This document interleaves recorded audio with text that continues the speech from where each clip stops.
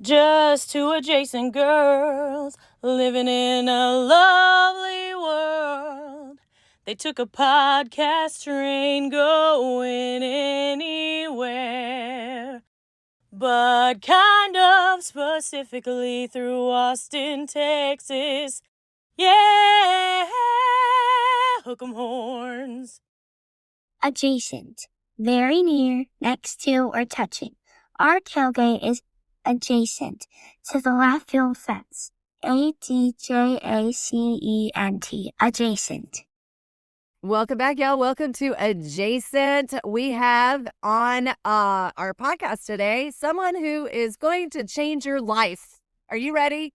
Are you ready? Are you ready for this? Are you ready for it? I'm ready. Who do we have, Shelly? We have Janet in the house with Wine Fix It. Oh my gosh, I'm so excited. Now, before we jump into your amazing business, we want to know a little bit about you. Tell us about your background, where are you from, and all those good things. Where are you from? I'm from Kansas City, Missouri. I grew up in Kansas City, and then just a little more than 20 years ago, I call it failing westward. I moved to San Diego, California after finishing school without any real plans in place, and I went from serving at restaurants and bartending to working in wholesale wine sales. So like since that last recession, kind of like 2009 time, I was just lucky to have a job, and selling wine was a cool way to do it. And it's been a really fun career path. Oh, very fun. That's you have so the inside cool. scoop. You have the inside scoop. Tell us about your family. Who mom and dad still with us? And Mom and dad are still with us. I have 3 brothers that all live in the Kansas City area still. So like, wow, family of boys. They'd always like to see maybe more of me and my wife to come back and visit, but we do it when we can. We do it when we can. So you just hinted about your family. Oh yeah, where are you? I'm the second. Yeah. That's so sweet. Yeah. You mentioned your wife. Tell us about your wife, Lindsay. Yeah, I met Lindsay here in San Diego. She was like from the Pasadena area, and I met her at a Lululemon store. Like she was kind of taking a little bit of a career path break and hanging in one of these, not quite a store, a showroom. Like I think they put these in areas where they wanted to have a store, or at least this is like 15 years ago, right? Right. So Lululemon was kind of on its way up still, and not so many people knew about it yet. And my brother, number 3, was visiting, and he said he wanted to get that clothing because he was a personal trainer at the time. He wanted like exclusive, cool training gear that he could, be the only one in Kansas City to have it, right? So we go down to this showroom. They didn't have enough guys' clothing because it was just, not that many articles anyway. And he's all pissed off because now we have to go to La Jolla to see men's clothing. And he's like, let's beat it. I'm like, oh no, there's pretty women that work here. We're not going anywhere. And I think I had every pair of shorts. Yeah, we're not going anywhere. And talking with Lindsay, I think I promised her like, I have some wine samples open right now. I'll go get them and bring them to you and get your phone number for some feedback. And way to play it. Yeah, so that was it. So like that was. That's so cute. I love that. How long did y'all date before y'all got married?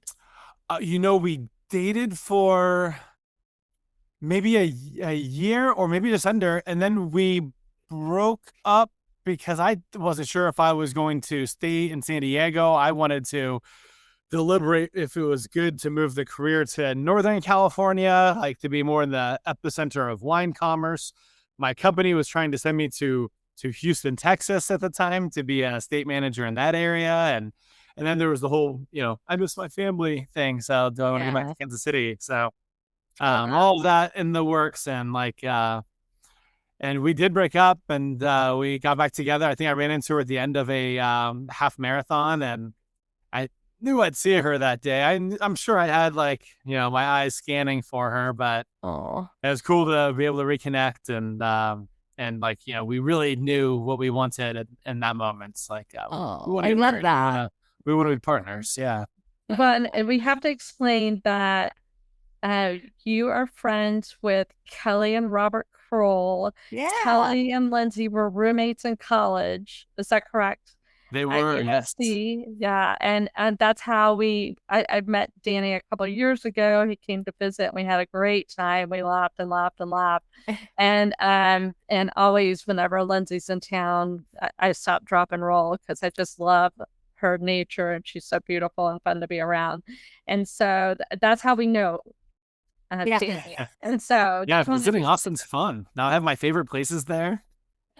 Yeah. Well, where are your favorite places in Austin? Well, I enjoyed Dawn's, the Choo Choo Train bar.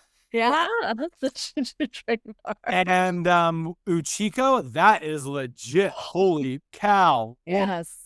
And most recently, I discovered I like these restaurants where you order at the counter, and so all the food is in the price of all the prices in the food and the drinks, and not in full service. And I'm trying to remember where it was, but they served. Robert showed me the trick. He says we order the pony-sized bottle of Miller High Life, and we get the slushy drink on the side. And he says if we're here long enough, we can try every slushy on the menu this way. And when it's hot out in Austin, like those frozen drinks just hit the spot. Like, and they go down really easy. They do. I can't remember the name of the spot. It was kind of like is it Laura? It was in the in the Domain. In the Domain. Yeah, it's Laura. I might not remember the name. Okay, yeah, thank you. Yeah. But that's among my favorite places now too. Yeah, yeah, fun. I think that the owner of Uchiko, and Franklin's barbecue, they created Laura together. Now we're talking. They had a baby together. They did. That is Laura. I like it so much. Yeah. And the owner of Uchiko, he was in Top Chef. Just FYI, some info for you. But that cuisine is elite. I was spying all the food going out to other diners and stuff. And Kelly and Robert are the foodiest people we know in Austin, and they know how to order. They have relationships with all the restaurants. So, I mean, people should pay them to go out to dinner with them. I'm chatting with them. I'm surprised they've never worked in like professional kitchens before, because like they're knowledgeable. They have really made it a hobby. They've put some work into it. Yeah. So you also mentioned that you were in the wine and distribution section. Tell us about your career and what you've done. I started with an importer in 2009. They were based in Napa. They made their mark in the wine trade. The theme of their portfolio is family-owned wineries, and the idea that like as soon as you're corporate owned, now you answer to the investors and you have to make decisions on a quarterly earnings call kind of basis, rather than what wine really calls for is like long-term decision making to make the best choices and to make the best wine. And I mean, we even see it when a juggernaut buys a craft winery in Northern California, Oregon, Washington. They might still have 1 to 3 vintages already in tank. It'll still be good for a few years before all the corner cutting really shows up, and the lack of the faith to the mission, it's over. But like the brands have been established in the market for 30, 40 years. So a consumer wouldn't question that the mission statement has changed, right? So it seems to work out for those juggernauts pretty well for a long time. But I like that. I think the American consumer is starting to figure out I think the quickest way for me to say it is, ew, gross. This food tastes like private equity. And they're communicating with each other, and they're labeling the restaurants like, hey, don't do it anymore. It'll cost more. The quality's down. Avoid it. Yeah. That might make it harder for some craft restaurants to sell out. And, it'll be a bummer they don't get their big payday. But like, I'd rather them stay in place and keep the excellence going. Yes. I agree. I agree with you. So that was the first wine import company that I worked for. It was really cool to be able to have an opportunity where like they covered my expenses, my car and phone. I could really drive the whole county where I lived and work with so many clients, learn the trade, learn the compliance, all the laws. Every state has different like regulation towards wholesale alcohol sales and consumer alcohol sales. They're all a little bit different. And it's kind of fun chatting with people who work in other states to see how that makes their life different than my life. But Yeah, I got to learn in that first role for 5 years before I moved into a independent fine wine broker state. And this is a little bit different than like liquor and wine distribution, because in this role, maybe the first way I'll tell people is if you're my restaurant client and you're working with me and you buy 5 new wines, you might say, "Oh man, Danny, thanks a lot. I have 5 new invoices to individual wineries instead of to one central place." And I'll remind them, yeah, that's because I didn't buy the wine and resell it. I just helped each winery sell it to you, and you're saving money. It passes a whole tier of ownership, and we can do this in states where the wine was produced. So for all my Oregon and Washington wines, they technically go to a distributor, but they're competing with the same independent wine broker model. So they have to be lean and mean to have good prices. But for any of my craft wineries, once they want to go to Arizona, Texas, like they do have to find a distributor to work with, almost like an importer to the new state at that time. And, we've watched in the last 20 years, like the number of distributors become smaller, more consolidation, but then the number of producers become so big. So it can be very challenging if one of my wineries wanted to be with a distributor in Texas in your home market, like it might be hard for them to get attention of a distributor to even pay attention to them. Even if they got the distributor to take them on, that might be contingent on the fact that we want you, the craft winery, to come out here and do all the sales for it. We don't have time. We don't have the bandwidth. Yeah. We'll be your clearinghouse so you can be in this market. Wow. It's a tricky thing. There's so many unique ways to make it work. But yes, I mostly keep myself working in San Diego with my San Diego restaurants and hotels and retail shops. And it's fun still to be able to talk to the producers all the time, because I dial them up. How are things going in Monterey this summer? Are you already dreading harvest, or are you looking forward to it? And the same thing with my producers in Northern California. Like, hey, I think that you should stop putting foil on the top of the wine. I cut my finger on it today opening a bottle, and I'm angry. Just stop doing it. It's not necessary to be there. I'm sure that if you go to the wine shop today, you'll see a mix. Like, so many, especially young producers, have gotten away with that foil. Like older brands might say it's part of our presentation that really needs to be there.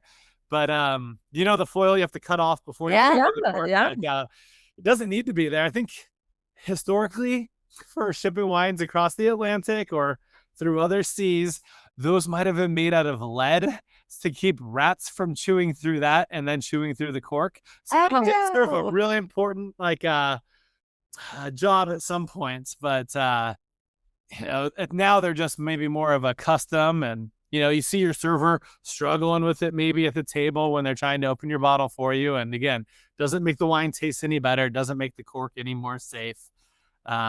This is fascinating. Thank you for sharing this, because when they switched to the screw tops and these new like corks, I was like Hampton water, which is one of my favorite wine. Do they use a screw top, or do they use a? They use this. It's a top that's inserted in there, and it's glass, and then it has a tiny cork. Trevino block. So hard to. Yeah, it has a little rubber gasket in between them. Yeah.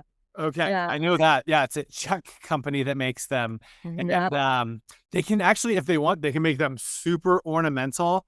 Like you'll probably see more spirit companies adopting them because they can put something wild on the top of it if they want. I think that Provence Rosé Côte de Roses is maybe the biggest producer that uses them in the world, possibly. Wow. But I think those can be good closure for a fresh style wine. They're not cost effective. You got to pay for those things. They're expensive. But and we just keep them. We keep them and reuse them for all the wine. But when they switched to those, Danny, I felt like it was a lesser wine. Like, oh, y'all, I mean, the screw tops and stuff. The screw top. I was like, I'm not gonna have any of those. They have the wrong top. They don't have the cork. There's something wrong with it. These are cheap. That was the public perception for a very long time. In fact, even in the early part of my career, I could drink with Napa winemakers, and they would tell me that, oh yeah, we would have already changed if it wasn't for public perception. The people who can afford to buy these wines at the elevated prices, they're typically older. They look at wine for tradition. They're not looking for the newest, coolest change. But I would tell you alternative closures and an alternative packaging, whether it's cans or kegs or bag and box wine, have been a passion of mine during my career, because we might put certain kind of wines in it because we expect how the market will react. But like, if we could communicate more clearly with everybody, it's our choice to put good wine in a bag and box. And I know producers are doing that now. I think it's really cool. And I'm behind them on it. It's so much more affordable. You can pour 2 ounces of wine out of your fridge where you have that bag and box and take it back to your desk and decide, oh, I'm going back to get 2 more ounces. But also, you're just not opening a bottle that you're committed to on a Tuesday night, right? Right. Like, oh, no, I better do 1 glass and I have tomorrow and the next day to drink it.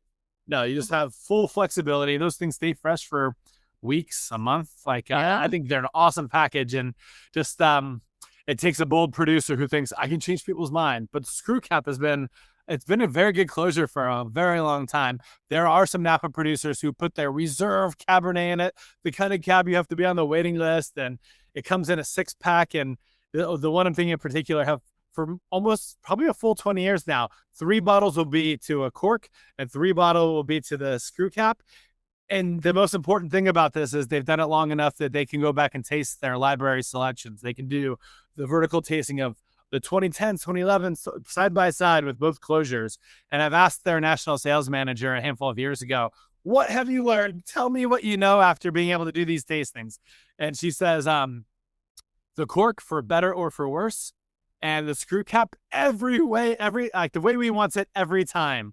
But there still will be a stigma there. Like, it's not going to change overnight still. Australians used it for high-end wines because they could not rely on the cork that they were getting. It's good enough, maybe it's too far. So a lot of Germans will use it for high-end wines because of the German precision, I think. I still see a little mix of cork there, but cork was giving us an issue. What we would call cork taints.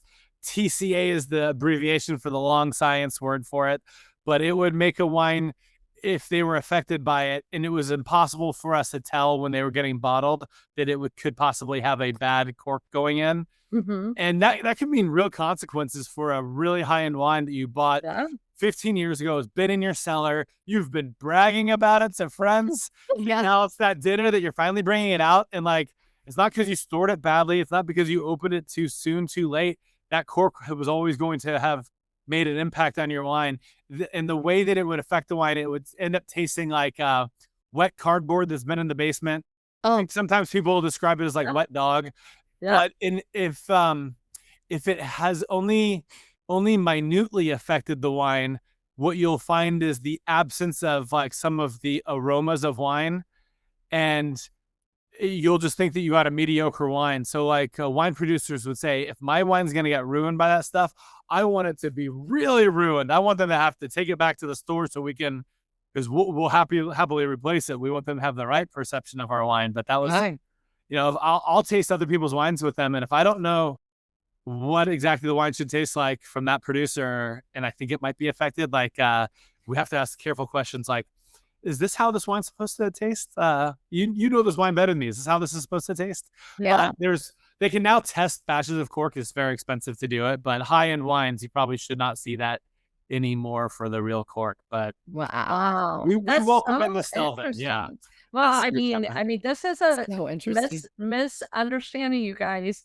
You said it. You're hearing the experts say it. It doesn't matter if it's a cork or a squirt or a screw top or it's in a bag. And I have to tell you, if you're a camper, the bag is so much easier. The box of wine? Yeah. Well, yeah, we always take the bag out of the box and you can put that in your backpack. You're good. But carrying bottles while you're backpacking is a pain in the ass. Yeah. Oh yeah, that's way too much to take with you backpacking. I really like for a single person at home or somebody who doesn't have wine people to share with in the house, that bag and box is awesome. Yeah. We will see more cool interpretations as time goes on. That's amazing. That's fascinating. Thank you for sharing that, because I really do. When I bought my first bottle of Hampton water, I was like, oh, this is cheap crap, but it's so delicious. And it's not. It's and it's just so fun. It's very, such a good very wine. refreshing. It's a Yeah. very refreshing wine. So how long have you been in the distribution and wine Yeah, probably business? since 2009. So like, Okay. like in the September, it'll be like 17 years. Wow. Oh. Yeah. It's cool. Every 5 to 10 years, you feel like you see real shifts in the market. And again, every state being different about what people are into or what they like because of those commerce laws. They change things. That's yeah, it's always funny to see how like the people in New York have been so much closer to Europe and they're so familiar. Like it's easier for them to fly to Bordeaux than it might be for them to fly to get to Napa. Yeah. And in Southern California, we have been, especially San Diego and like Orange County, we have been keeping NorCal in business. Like these people love, it's been a California wine shop down in this area for a long time. And only in the last 7 or 8 years have I seen them be a little bit more willing to look at import wines. They finally got into Sancerre after watching national data on those sales go up for the last 10 or 12 years. Wow. What do y'all think about the Texas wine? I've been out to visit. Like I'll share my notes because I'm glad I got to see it. They're smart. They do the same thing Washington State does. The wine is all grown, like grapes are grown very remotely. So they kind of have a satellite tasting city to visit. It's called Fredericksburg outside of Austin, right? Yep. And outside of Seattle area, they have Woodinville. And you wouldn't want to, like for the Washington people, they wouldn't want to go all the way over the mountain range 5 hours to have to see the vines, right? It's like, it's cool that they can go outside of their city about 45 minutes, just like Austin, right? Yeah. So very good business plan there. And then you get to build all the cute restaurants to support the wine tasting community. When I visited Fredericksburg, it was probably 2018. Oh, wow. And I saw that wineries kind of had 2 different flights available at each of them. Like they had the sweet wine flights and then their core wine flights. And at the time, the market kind of needed a sweet wine flight for them to be able to handle bigger groups of tourism where half people want this and half people want that. So I think that was smart to react to the market that way, give themselves a chance to grow and help their consumers grow into maybe what they wanted their core wines to be. But expecting the wines to be like Texas monster truck, they weren't. The winemakers were maybe UC Davis trained, and they brought some restraints, I think, to the winemaking. They didn't go over the top on oak. They didn't go over the top on manipulation or driving alcohol levels as high as they could. I think Paso Robles sometimes does that. And I think it's cool they didn't like chase that path, because I think that's a style that's kind of been overdone and is not as wanted by all the groups any longer either. Yeah, I agree. Freshness is like is what I see. I see the trends trending that way. Yes, I love that. It's growing so rapidly. You need to do another visit. Oh yeah. It's gonna It'll be cool to see all the awesome restaurants that probably develop. I bet the amazing cheesemongers and things like that always show up into these areas. Yeah. It's always a very gastronomic visit, I'm sure. Yeah. Gastronomic. That's right. That's right. So now you're pursuing a new passion. Tell us about your new passion. Yes. So red wine headaches. This is one of those things where we think we've got it all figured out. For decades, we've kind of told people like, oh, yeah, the red wine headache got you. The sulfites, they got you. It's going to hurt. Maybe red wine's just not your friend. And people who don't experience the headache, how do they console you? Where's the empathy for them? Because they're probably thinking, sure, you just didn't drink too much. Yeah. Did you pour your own glass of wine? Was somebody else refilling it for you? You don't even know how much you had. And I can totally understand how somebody could react that way, because, they don't get it. Even myself, I now know that I suffer from those headaches, but for a long time, it was hard to empathize. Like, I don't know how much they had. Like, and we knew for a long time it wasn't the sulfites, but if we couldn't tell people what's causing those headaches, then like, what good have we done telling them what it's not? Like, Right. it's like, it feels like we're just being insensitive to it. Like, Right. that we don't believe them. And And a lot of the wine trade doesn't want to talk about this headache I am learning in the last couple of years because they don't have a solution to it. I guess why would you highlight a problem that you don't have a solve for? That makes sense. That makes Yeah, sense. Yeah. for sure. Yeah. So in late 2024, UC Davis published research that pinpoints the root cause. Just think it's an antioxidant in grape skins. And it's called quercetin with a Q, Quer, quercetin. And you can buy quercetin at the vitamin store. It's good for you. You can buy a bottle of it at Sprouts Market or wherever else you might buy vitamins. It's abundant in like red onions and capers, chocolate, apple skins, and the grapes that will contain more of it are drenched in sunshine. This quercetin, we refer to this as like a polyphenol that makes color and flavor in grape skins. It's like the grape skin's natural sunblock. So we all know that like for a plant, the leaf is the solar panel driving energy into, but like for vines, the fruit also will need to have sunshine hitting it as well. So in the early 90s is when contained sulfites came to the labels, but it also marks like a historic change in how we were growing grapes and making wine. And that time, Napa growers kind of all at the same time changed the way they were growing and vinifying wine.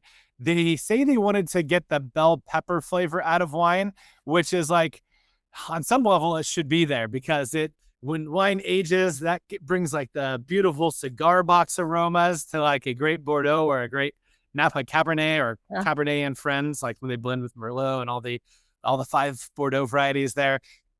A little bit of the bell pepper makes sense. It should be there. It's a part of Cabernet Sauvignon's variety character. It should be there. But too much of it would just taste gross, right? It would just taste so vegetal and over the top. So that's something that a producer would always worry about. They would worry about sorting out at their fancy sorting tables to get any underripened grapes out of the way, get them out of there. If the stems looked like they were too green, like they would get those out of there too. But if they had set for long enough, like you might want to include stems. Long story short, they want to get rid of that color, that bell pepper flavor, so they hung the fruit longer. They found a new way to train the vines to maximize photosynthesis. They started paying expensive vineyard crews to go out and cut leaves where it makes sense to expose the fruit bunches a little bit more and they started picking at a higher sugar level. We call that higher Brix, Brix. And the higher sugar level is not to make sweeter wines. It's fuel for making more alcohol, right? So they were making higher alcohol wines that had a fullness to the character of them, that they were being awarded by a certain wine writer at that time. So when we say, were they really trying to get the bell pepper flavor out, or were they trying to appease a certain wine critic? It's probably a little bit of both. And so now they're bringing this fruit in that had extra sun contact, developing more quercetin, and coming in for a little higher alcohol. That's insignificant when we're talking about red wine headaches, the higher alcohol level, really. But the next was the updated practices in the cellar, where they would get all the color and flavor out of the grapes, right? Because they want to make tasty wine that's full of flavor. So like they would do pump overs to make sure the skin, just think about making a tea or a coffee, just trying to get integration of getting all the color and flavor out of these grape skins before you're done having the skins involved, before they come off the juice. They might have used some hotter fermentations to run things real fast. That can also help them get color and flavor from wine. But either way, updated, modernized, kind of new world tactics.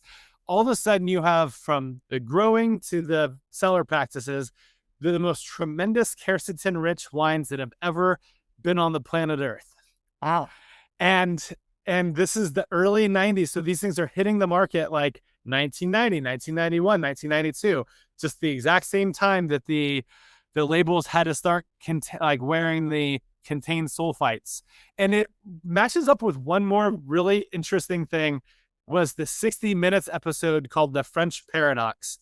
And it was a 60 Minutes episode that said red wine's good for you. And So I remember that one. yeah, three things converge all at once.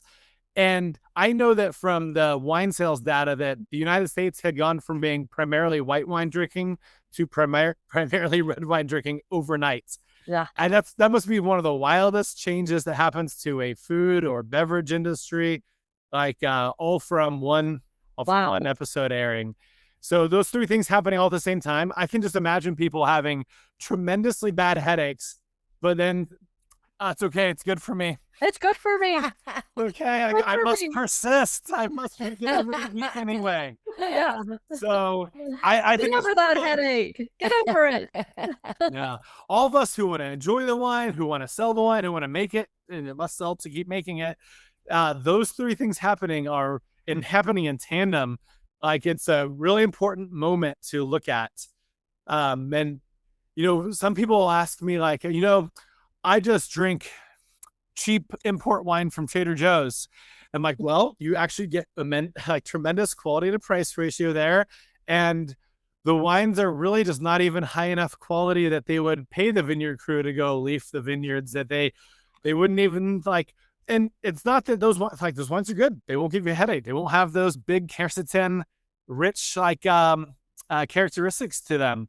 There are a few more components of making very fine wine that we think of, like a low yielding vineyard site might grow 1.5 tons per acre because they want to train that vine to put all the power into making fewer clusters of grapes so that every cluster is world class.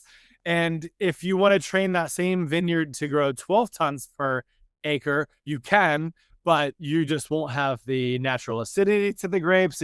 You're never going to make fine wine from it. So when you're talking about making amazing world-class wine, some of the very first choices a vintner would make would be out in the vineyard. How much do we want to make? And then they'll make a series of choices that tell them to make less wine in order to make better wine throughout that. Another reason that we often want to see a family owned or really just someone who's dedicated to the mission and once you know how to kind of audit them to see how dedicated they are, you see it a little more closely. But that's a farming technique for making finer wine that will put more quercetin into the grape kernels, put more all of the polyphenols into the grapes. And so that is what we're finding out is the big. So quercetin is the problem. So the biomechanism by how it works in the body. I know this can be really boring to people, but I think it's worth knowing about. Oh, I think it's fascinating. Okay, cool. So the process of metabolizing alcohol, like if I want to break it down, I would say alcohol makes us feel good. It makes us sing songs with our friends. And after the first hour, we're converting that first glass of alcohol into the toxic byproduct acetaldehyde. And acetaldehyde is like what causes headache, nausea, brain fog, just all the inconveniences with alcohol, all the shitty feelings the next day. And you might not start feeling those shitty feelings after one glass because we're moving on to glass number 2. We're moving on to drink number 3. So all that's kind of being delayed till the next day. But for someone who suffers from these headaches, that quercetin will make the liver enzymes that break down acetaldehyde less effective at doing their job. And those enzymes are called ALDH. Yeah, I can't tell you what it stands for. I would need the science notes, but that enzyme's truly important because if you don't clear the acetaldehyde effectively as your body should, it will recirculate in your bloodstream and it goes out to create more inflammation in your body. So someone who is sensitive, if they have that one glass of red wine, they might be having a toxic effect as if they had 3 or 4 because they didn't clear the acetaldehyde when their body needed to, and it went back into their system, circulated again and again. And, they might have had 2 glasses of wine at night. Some people say they start feeling it within the first hour of having just that one glass of red wine. Wow. I never liked having just one glass for the night. So maybe I would have had another glass, gone to bed, but I would not be feeling it until the middle of the night or till waking it up the next day. Yeah. As a wine sales professional, I never drink very much of one wine. I would have all these samples open. So I'd have a sip of this, a sip of that, a sip of that. And maybe I saw my personal preference moving away from full-bodied reds because of the maybe I was making a connection with the pain and not even articulating it or saying so out loud. But I do remember the day I figured it out, and I know what I had. I had a Chateauneuf du Pape with a friend at dinner. I think it's the south of France, so like tons of sunshine on these vineyards without even trying. And I was fine. I went home. I did emails. I walked my dog. I brushed my teeth. I went to bed. And the next morning, I could feel that pain like before I opened my eyes. Oh, And Oh, I tried to turn left at a busy street, look left, right, left, and I was instantly covered in sweat. I'm a big guy. I can have 2 glasses of wine. I can have more than that, and I can still be fine the next day. And I had to go home and change my clothes. Like I was, sweat everywhere, just wrecked. And I was like, this is not sensible. I could have had 4 bourbon Manhattans and felt better than this. What is going on? I wasn't even intoxicated. I wasn't even buzzed last night. Like, drove home from the restaurant. I was fine. yeah. That's what, made me think back to the research that I had read. And it's like, I think I suffer from this too. So in that time, I've been able to speak with the lead researcher, and he tells me he doesn't understand. He thinks that on some level, everybody should be sensitive to this. After working with these liver enzymes, I think they said they worked like in vitro. So they haven't done these studies in humans yet. That might be one caveat to my science and what I'm putting forth. But like learning what I learned from his research and then applying the experiments to myself hundreds of times with having a solution that will help us move forward. So Nice. so tell us about this solution. yeah, the solution is a single ingredient. That's what I bottled up to be a companion supplement. So like I tell people, if you struggle with dairy, you would take lactate, right? You Yeah. wouldn't give up dairy forever. And if you suffer from red wine headaches, our product is called the Wine Fix. And I want people to meet me with all the cynicism and all the skepticism, because like this is very avant-garde, and like the implications are I think quite the game changer. But this one ingredient is called dihydromyricetin. And I first had some medical doctor friends tell me about this a dozen years ago, and they hadn't tried it. They had only just read about it. They had read some pretty awesome things and told me how promising it sounded. And one of them got back in touch with me. We've always been in touch, but telling me that she saw it going to market in hangover cures. Ah. I was like, oh, well, that makes sense. I mean, that's what everybody saw, like the potential for this. Like,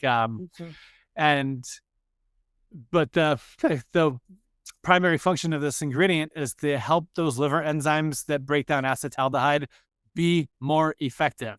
So it is such a precise bullseye of a solution to the problem that we're facing with quercetin. Quercetin makes those liver enzymes that digest acetaldehyde less effective. Dihydromyricetin makes those liver enzymes that break down acetaldehyde more effective. So it's just like exactly what I wanted it to be for solving a red wine headache. And now I can present this problem of red wine headaches, the pinpointing, and I can bring a solution at the same time. So now I want the wine trade to hear me out a little bit more on this. Yeah. And just little by little, we're getting there. I can see my sales when they come in. It'll be a Master Somm in Yountville. It'll be a winemaker in Walla Walla, Washington. And I reached out to the wine media early on before I reached out to any wine influencers on Instagram. And, all with the statement of, this might not be for you. Just connect me with somebody who wants to be in the red wine headache discussion.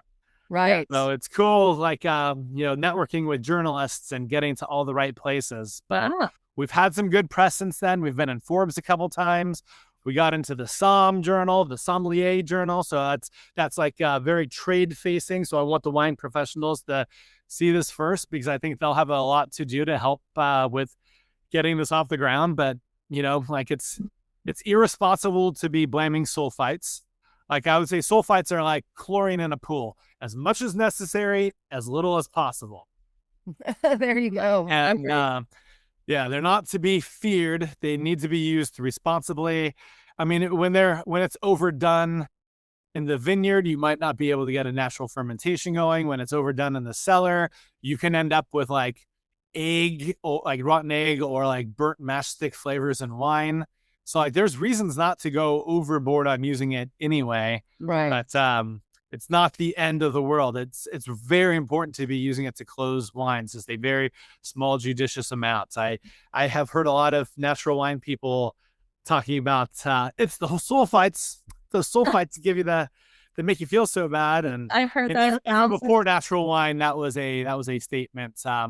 Maybe the natural wine movement would take it further. They would say it's all the additives. Yeah. And it's like there's no science to back what you're saying. Right. Like, Let's believe in science. So how do you use this as a companion with your wine drinking? But then when do you take? when I put down my last glass of wine for the night, that is the time for ingesting a couple capsules of the wine fix. Mm-hmm. The product's pretty new. We might have put on the label to take a very big dose, 3 at night and 2 in the morning. I don't think the morning dose is necessary, and I'm pleased to say that I continue waking up not longing for any more relief. Okay. Some people have told me like, oh no, I really want to take it in the morning. I think it's amazing. I think it's been so helpful. But I think when people take it on their own, they'll have a little opportunity for experimenting. I think they'll find at a moment where they forget to take it and they wake up thinking, what have I done? I cannot go back to this. A friend called me at the last day of his business trip. He had run out, and he called it an analog hangover instead of a digital. Like, being old school is like, I would, if it had to be this way, I now that I know it doesn't have to, I'd just give up drinking if it had to be like this again. It's like I'll dial up. It's like a dial up. Yeah, exactly. This analog hangover. I love when people, I'm like, you call me as early as you want in the morning. I wake up for these. I'm getting high off the positive feedback. I will wake up at 6 a.m. and talk to you on the phone about how good you feel. I love it. So how do people get your product? Yeah, the only place I sell it is on my website, drinkwinelikeaboss.com. Now that I'm out talking to all my fine wine shops and whatnot, I have to reassure them I don't want you selling it here. I think it's too heavy of a lift for you to sell it at your register. You would have to explain to your customer everything I just explained to you guys. And come on, no wine store clerk wants to have nor are they given the opportunity to soapbox all of that information. But I hope that in the future, as I can build awareness of this product, of this brand, there will be a day that they could host it at their register. Yeah. And when a customer sees it, they'll say, oh man, you got wine fix?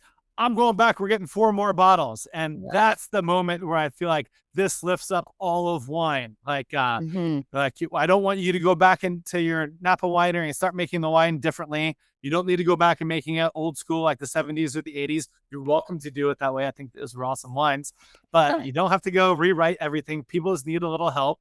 And I'm sure the dairy industry did not turn their backs on lactate. I'm sure they fully embraced it. Agreed. I love it. Now, how do you think this affects, does it help with anything else aside from wine? I would assume it's helping significantly. Getting your liver working properly is beneficial in more than just wine situations. Yeah, that's a good question. And I'm glad people are asking it. It's the buildup of acetaldehyde, that is the toxic event of a hangover. Yes. So, and this is also really important. Yes, if you have a night of cocktails or beer, having the wine fix on board will be tremendously helpful. Tremendously helpful. When the buildup of acetaldehyde being that toxic event, when people say they just have the one glass of wine, they have these tremendously bad headaches, they would say, this isn't a hangover. It's just a really bad headache. Yeah. But it is hangover. It's like a hangover. And the reason that they're feeling just that big headache and perhaps not all the other things they might feel after a gigantic Friday night is that they haven't had so much alcohol that they depleted their system. They didn't rinse all their B vitamins and all their hydration out.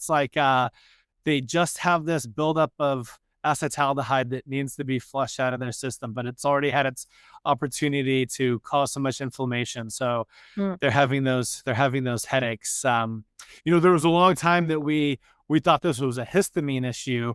And it kind of made sense because the wines that were hurting us the worst had so much extraction, like they had so much richness from the winemaking techniques.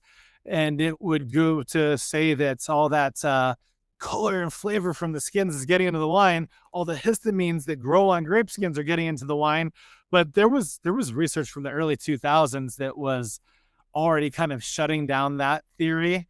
And once those headaches were hurting, and that was my theory, and it made so much sense, I almost was like, they are wrong. That research is wrong. Like, because like someone's got to explain it to me. Like, until you can tell people what it is, it's almost like you're telling them that their pain isn't real. So I'm really grateful to find the real culprits. And but yeah, the buildup of acetaldehyde, it's bad for you through and through. We all know that drinking wine isn't good for us. It is the departure from our healthy lifestyle to be able to be together with our friends, to let down our tough exteriors and maybe sing a song together. And I love it. I will always be able to make exceptions from my otherwise healthy lifestyle. I'll eat my vegetables so I can be ready to have my wine with my wife on a Friday. Absolutely. Well, and then go back to the 60 Minutes interview where we all found out that red wine is great for you. It's funny. I've even been to a vintner conference where they said, I'm trying to remember if they said we shouldn't be saying that wine's good for you anymore, but we don't have to correct them when they're saying it. And I was like, Lord, I hate this, because I feel like a day is going to come where, you're going to be blamed for having made wine out to be a health food when it's not. Like, we know that, the alcohol is the toxic ingredient in it. Right. And we have to, be accepting for what we can tolerate into our balanced life. Absolutely. But this wine fix has been tremendously helpful. And I do feel more ready to get to the gym the next day. And when it came into my life for finally being able to experiment, I think this is great. It was the holiday season of 2024. So it was really right after that red wine headache research was published, and getting back in touch with my medical doctor buddies and being able to order some of this single ingredients. And now it's holiday office party season in December. And it was there was 3 Fridays in a row that I could test this out.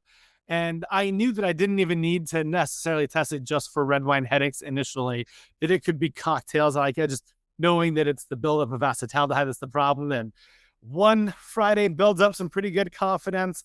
The second Friday builds even greater confidence. And now the third Friday, we're going to be pushing the limits, and we plan to be ill the next morning. It was just incredible how, like, I don't need the blinds to be drawn. I probably couldn't go to the gym, but I got pretty carried away. I could definitely go on somebody's hike today, and I'm not concerned about how bright it is outside. And it was an unreal moment. And I think that's why I get so excited when people call me up with positive feedback now. Like, again, should be met with cynicism and skepticism, and it is. And maybe that might bring me to like the wine influencers. I went to hire affiliates so I could sell this on Instagram, and I started checking out every wine page, every wine influencer, and I'm pleased to see like the abundance of them, how well educated they are in wine today. And I do see that they don't really get to sell anything, because they don't sell wine because there's so many regulatory compliances that you need to follow. Some of them might sell some wine glasses, but they don't really sell wine tourism either. They're really educational built accounts. And I was pumped that this could be the first time they could actually make some money with what they've built. They have these tremendous followings they've developed.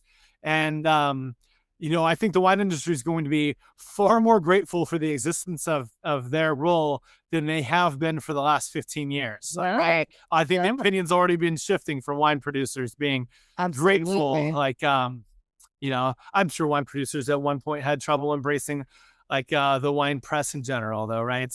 Yeah, So, great. but so I reached out to all of them. I'm sending samples to them. At the same time, I'm sending samples to journalists. I think I had samples to share before I even had my product in inventory. So I was still being a little careful and guarded. I really didn't want my secret to get out there yet that before I had inventory to sell. And I found a dozen influencers that could help me take this to market. But in the end, the only one that was really helpful was some guy that doesn't post any information. All he ever posts is like pictures of high-end bottles and maybe some cute music, like very low effort posts, if I can call it that. But then it turns out he's like an eye surgeon on the East Coast. He's a wine collector, and he never made a single post about my product. And if it wasn't for his helpfulness, like, I don't think I'd be in business still. Like, he sold it to all his wine collector buddies. Nice. I even see their orders coming through, and every now and then I'll get nosy. I'll Google their name. Maybe nothing comes up. I'll Google their name with MD behind it. Oh, there they are. It shows the city they live in. So I know it's way too nosy, right? But so like it's cool that he shared it that way. It's reaching one circle of people. I think it's really helpful that like they discuss it on this like little wine collecting blog that they're all talking about, and it was helpful that they all know that this guy's a doctor. They'll just blindly trust him for that reason. So would I. I would blindly trust my doctor friends too, pretty well. But that was like the big first sales boost that I had, and then someone covered it and put it in the Somm Journal, and I think that was tremendously helpful because now the winemakers have to read that. People who are in charge of making very big decisions in wine production will see that. And it kind of gave me a license to continue operating because, again, people are like, well, what's this here? You're promising to solve hangovers? Like, that's the oldest snake oil in the book last time I checked, right? But it works. I love for people to be able to try it for themselves and then be able to because when you're young, you'll try all those methods. Like I'll drink a Diet Coke in the morning or an horchata. This might help temporarily. Like, drinking a glass of water the night before bed, that helps. I've paid before to do the IV service. I did it after an office holiday party because my birthday's about the same time of year. I was like, I'll justify it as a birthday gift to myself. And I can't tell you how unhelpful it was. Like, I think that if people think it's helped them, there might be a little placebo effect in play there because if you were tremendously dehydrated, then probably is helping. You do want to be hydrated when you go into drinking because you need hydration to make those liver enzymes. That break down alcohol, that break down acetaldehyde. Like, you can't do that dehydrated. You can't do that effectively when you're dehydrated. So, and you're going to be continuing that process even after you go to bed after your night of drinking.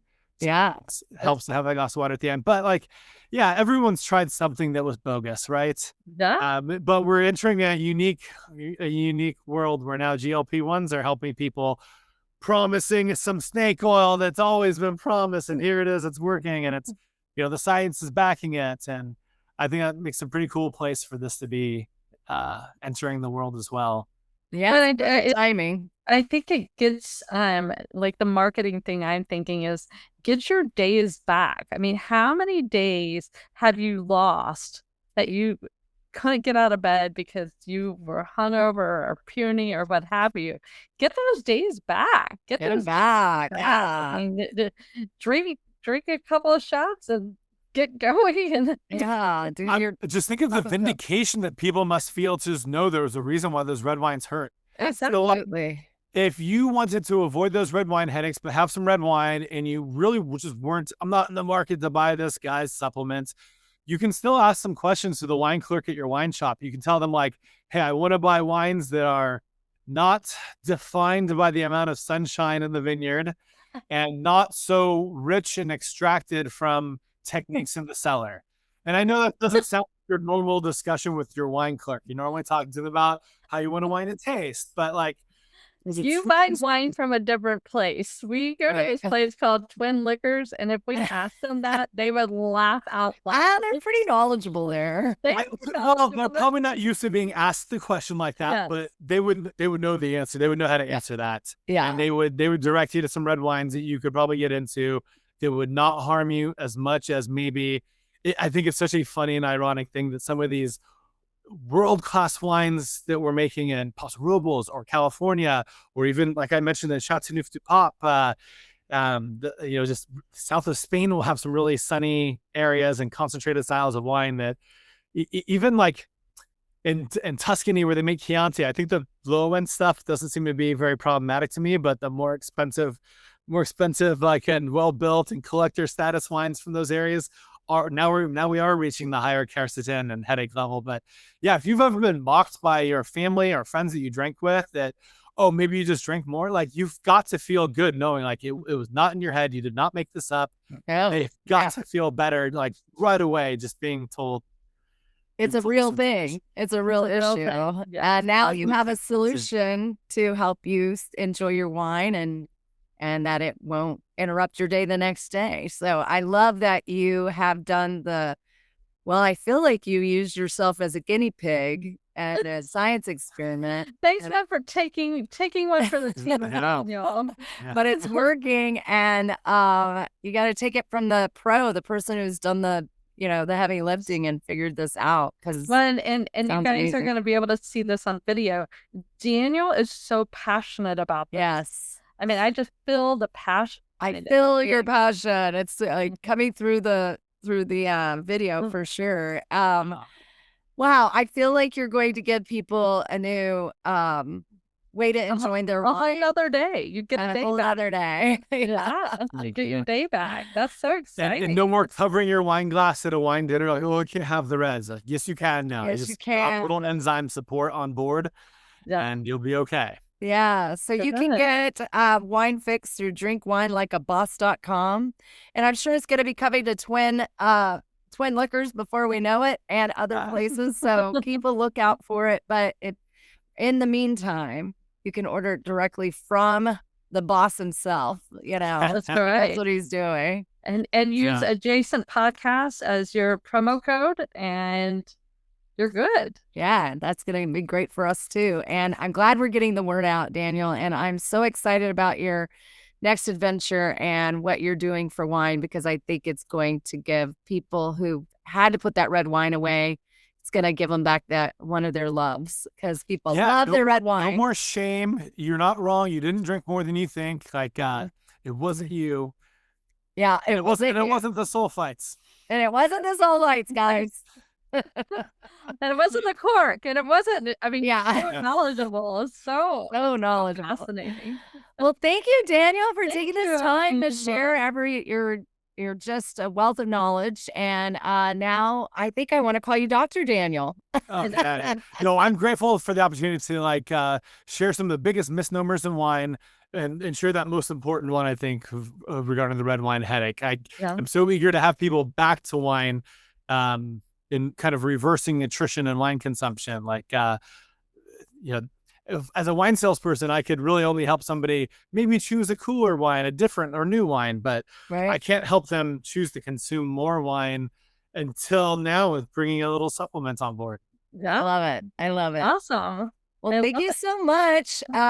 You heard it here, and you can get it again on drinkwinelikeaboss.com. Get your wine fix today. So thank you, Daniel. Thanks for letting me share today. And this is incredible.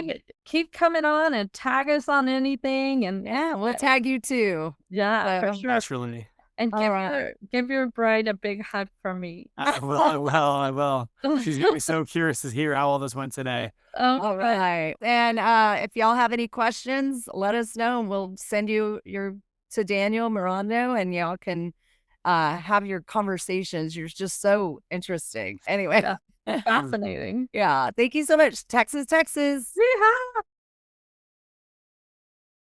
It's that time in July to pay the bills and celebrate the amazing businesses and supporters who help keep the microphones on, the stories flowing, and the adjacent fun rolling. That's right. Before we jump into our sponsors, we have a very special shout out. We are thrilled to recognize our very first Adjacent Podcast Patreon follower, Jessica Montanez. Thanks, Jessica. We really appreciate it. As an adjacent baller, what that means is she's $100 a month donor, and she becomes a producer of our show. And so you're going to see her name on all of our show notes, and we're putting her in IMDb, and she's on our website. And we took her to lunch already, and lots of She didn't eat. She did. Well, none of us did. But we'll take her out again. We're glad to do it. Jessica, thank you for believing in what we're building, supporting independent podcasting, and helping us continue to spotlight great humans and great stories like yourself. Your support means more than you know, and we are beyond grateful to have you as part of the Adjacent Podcast family. Everybody give Jessica a big round of applause. Woo-woo! Now, let's pay some bills. First up, if you're buying, selling, investing, or just dreaming about your next move, give our favorite realtor a call. Adrian Gravy with JB Goodwin Real Estate. He knows Central Texas inside and out, is ready to help you navigate the market with confidence. Whether it's your first home, forever home, or investment property, Adrian has you covered. What? That's my brother. Need to put a little shine back in your step? Call Ricky D with Shoe Shine, boots, dress shoes, work shoes, favorite shoes, you name it. Ricky can make them look their best. Give him a call at 512-534-9562 and tell him that Adjacent Podcast family sent you. And he'll pick them up and deliver them. All you have to do is give him a call. Love wine, but not the way you feel the next morning? Let us introduce you to a Wine Fix, created by a longtime fine wine professional with more than 15 years in the wine industry, our friend Daniel Morando. The Wine Fix was designed for wine lovers who want to enjoy their favorite reds without the regret. After discovering the compounds found in red wine were causing headaches and rough mornings, he created a simple solution to help your body process wine more efficiently. If you love wine as much as we do, check out the Wine Fix and see what everyone is talking about. Tell them Adjacent Podcast sent you for free shipping. And it's not just wine, you guys. If you wake up with a headache after shooting Fireball, try Wine Fix. It will help you. It's not just for wine. And of course, no movie night, road trip, family gathering, or podcast binge session is complete without Cornucopia popcorn. Handcrafted, delicious, and made right here in Central Texas, Cornucopia has a flavor for everyone. Whether you're a caramel lover, cheese fanatic, and a sweet and salty enthusiast, they've got something that'll keep your hands reaching back into that bag. Delicious. Delicious. So please support the businesses that support independent podcasting. When you support our sponsors, you're helping us continue spotlighting great people, great stories, and great communities. And if you'd like to support us directly, join us over on Patreon. It is so easy, you guys, and it really helps our podcast out a lot. The more followers we have over there, the more they share our post. So give it a chance. And we'd love for you guys to be an Adjacent Podcast Patreon follower. You'll get bonus content, behind the scenes fun, early releases, videos, live events, and a chance to become that balla. You can do it. Contact Shelly if you're interested in being an August sponsor or would like to sponsor us for season 4. Woo! Give me a call. Let's do it. Let's do it. All right, let's get adjacent.